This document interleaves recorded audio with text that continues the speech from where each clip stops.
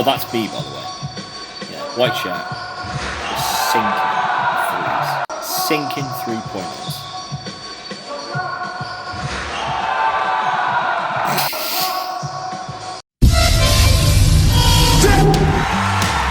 Ladies and gentlemen, available on all platforms and YouTube. He's the Apex Podcaster. He's the wise owl of professional wrestling. He smells better than Dude Love with Sex Panther on. He's the king of fantasy booking.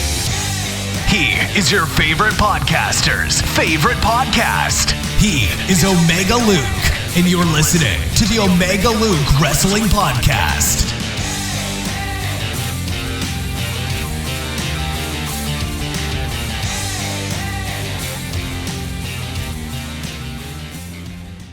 Hey guys, and welcome back to OmegaLuke Wrestling here on YouTube for this hashtag Fantasy Booking Faction Season 2, Episode 2. I'm sorry about earlier, I'm just really fucking proud of hitting a lot of 3-pointers, and someone got on video, so I have a platform to play it, so I'm going to. Anyway, let's get on to how we got on last week on the return of hashtag Fantasy Booking Faction. So last week we have the league table in front of me right here in 15th place. Now we'll go with 10. Although there are people who have points in the first week, we'll just stick to the top 10. So in 10th place we have Kyle McGrath with 6 points. In 9th place with 7 points is Jon Moxley for life. In 8th place with 8 points is Wilfred. 7th place, Stone Cold Ads with 9 points. 6th place with 10 points is Freddie Russell. 5th place with 11 points is Mike Aaron. 4th place with 12 points is Royally Rumbled. In 3rd place is Keith with 13 points. And in 2nd place is the Queen of NE with 14 points. And in number 1 is 5 Nerds Go with 15 points. Remember, they had that incredible Jungle Book style faction, which I was a big fan of. So this week's stipulation, I wanted you to give me a 4-man faction. One being a current WWE wrestler who has never been WWE/Universal Champion. A current NXT wrestler who has never been NXT or North American Champion. Any other titles count. A New Japan wrestler who has never been IWGP Heavyweight Champion.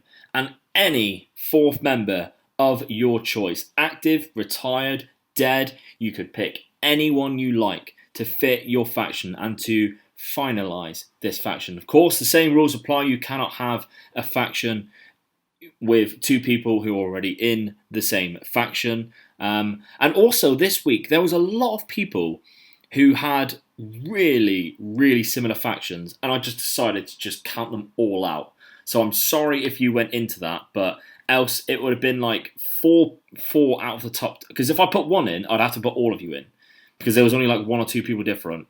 And then I would have had a top 10 where 4 of you had Keith Lee and Big E and a mixture of like, I can't remember who else it was, like Fale and and Ishii.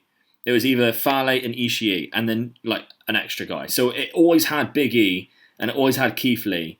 And then you also had either Fale or Ishii. There's 4 of you guys who had that. Fortunately, had to scrap all of them because else my top 10 would just be full of factions with big guys, and that not necessarily is a very good faction. Yes, balance is the key, and speaking of balanced, that's not a segue. 10th place is Caden CN. He has gone with a faction name of Nightmare on Loomis Street. Really cool faction. I shall chuck up the graphic for you right here. He has gone with Samuel Shaw / Dexter Loomis, who is now in NXT. He's coming in that tournament that you're going to see soon. Taiji Ishimori, originally he had Jay White, then he changed out to Taiji because obviously Jay White was a champion. Kane and Eric Young. Nightmare on Loomis Street. I like the idea of the faction anyway. He goes into a big description of it. And also a cool graphic. Very well done from Caden CN. In ninth place, picking up 2 points though, is the Queen of NE. And she has gone with a fancy booking faction of Cesaro, Drew Gulak, Shingo Takagi, and Kurt Hennig as the perfect headshot. Kurt leads this crew of villainous technicians on a quest to carry all of the shiny, meaningful gold. With near perfect form, this group leaves their foes fully executed, and the name of Full Execution she has hashtagged. And yeah, you cannot deny those four are incredibly good technical wrestlers, and a faction led by Mr. Perfect is definitely something I'd like to see, and people like Cesaro and Drew Gulak would fit in lovely into a faction. Obviously, we already know how good Shingo is in a faction. So, really nice. Well done, Queen. Ninth place, 2 points. In 8th place, picking up 3 points, I'll let the graphic do its justice right here, is Royally Rumbled. They have put that Matt Riddle trips into the wonderful world of broken Matt Hardy. He meets Sanada, who was already there, having tea, and the Macho Man Randy Savage, who just came out of the Lake of Reincarnation. Lovely touch there. They unite as the Broken Madness. Ha, do you get it? I get it. Attempting to render all foes obsolete. Nice little faction there. When on paper, maybe not, but the graphic makes you realise that those four, if you put Matt Riddle in as if like he smoked a spliff and then ended up in the broken world of Matt Hardy, that really fits. That really does fit. And I'm starting to think that maybe 8th place is quite low for it because I really like the idea of it. However, we have some incredible factions to come. So Royally Rumbled, you pick yourself up 3 points this time. Unlucky. In 7th place, still picking up 4 points, is Jon Moxley for life. 2 in 2 weeks for this guy. He has gone with the faction name, the Japanese Domination, and the experienced leader of Tatsumi Fujinami, a very big New Japan legend, as his wild card, if you like. The artist, known as Shinsuke Nakamura. The GOAT, or the King, he is also known as Minoru Suzuki. And the Time Splitter, Kushida. And I think if you had all of these four guys in WWE with Fujinami as like the leader, really nice little faction there. I could definitely see like maybe Kushida and Suzuki being a tag team if Kushida turned heel and Nakamura going for the single belts and probably failing because it's WWE. But nonetheless, nice little faction. Jon Moxley for life picks himself up 4 points in 7th place. In 6th place, though, picking up 5 points is... What the fuck? I could use a little light in my life, but I'm stuck down here in the dark. I'm little, but I'm sneakier and I'm smart. The shadows in the dark, the giants gonna feast tonight. They're after me while they're tearing apart. Little ones like it's me from the mini mart. The shadows in the dark. The last one, right from the start, must find the ways through the dark. I'll solve them, got to escape them all. I try to hide away from your eyes. One little slip and I'll die. I must evade your claws. Yeah, dreams feel like I'm losing it all. All these bodies and so far from home. And I said I could use a little light in my life, but I'm stuck down here in the dark. That's right, we have our first video making it onto the top 10. And a great little video there made by Dark Destroyer, who is the person finishing in 6th place, picking up 5 points. He also made a graphic which I'll chuck up for you right here. The Dark Anarchy, as you've seen, with The Undertaker, Pete Dunne, Aleister Black, and Ishii. And I think if you had The Undertaker, who like recruits these people, maybe one by one in mysterious ways, I could definitely see Pete Dunne having a very dark side to him. I could definitely see Ishii having a really dark side to him. And Aleister Black, if he turned evil instead of being the root of all evil, really cool faction. He's also described how it goes into the faction. It's very similar, I suppose, to how I've described it, but it uses masks and that sort of thing as sacrifices to the master, obviously being The Undertaker. So a really nice little faction, picking up 5 points today. Dark Destroyer, nice, I like it. I like the effort. In 5th place though, picking up 6 points is Ron Buddha. And he has put, so here is my faction, I call them the Cult of Raven. So Raven being the wild card. Evil from New Japan, Jackson Riker from NXT, and Luke Harper from the WWE. These guys follow Raven and Religion of Chaos. I guess kind of Sanity meets Raven's Folk. So I really like the idea of the faction, having that very like cult-like faction, I suppose, with that very mysterious way of Raven, very Crow-like the movie Crow. Have you ever seen that? Great movie if you haven't. I could just see it really working. I just really like those 4 guys put together and the idea of those 4 guys put together. Luke Harper, if you imagine him in his Bray Wyatt sort of gimmick. Jackson Riker, quite similar to what he's doing right now with all the Forgotten Son stuff. And Evil being evil with Raven. So Ron Buddha picks up 6 points today on Season 2, Episode 2. In 4th place, though, picking up 7 points is Mike Baker. He has gone with the Straightjacket Society, a Scottish psychopath in Drew McIntyre, an American psycho in Lance Archer, a beast from the Belfast, or from Belfast, not a Belfast, or the Belfast, Killian Dane, and the rowdy mad genius who changes to questions when you have the answers in Roddy Piper. Of course, Roddy is Canadian. Embrace the madness and join the Straightjacket Society. Now that would be a fucking scary faction led by Rowdy Roddy Piper. Wouldn't you agree? I think that would be really, really cool to see. If you had like Roddy come out with them in straitjackets and then like he unleashes them onto opponents and stuff and just have him like absolutely destroy people and sort of have him like as like the doctor of these 3 lunatics. Just fancy booked it there for you, Mike. I've seen where you're going, son, and I like it. I like it a lot. You pick yourself up 7 points. In 3rd place, though, picking up 8 points is Take the Bump podcast. Great guy, and he has got the root of all. And as you can imagine, the WWE Never Champ is Aleister Black. From NXT, Damian Priest, formerly known as Punishment Martinez. From New Japan is the King of Darkness, Evil, and the unrestricted member, or as the wild card, I like to call it, Undertaker before 1999, or at 1999. Just let the darkness take you.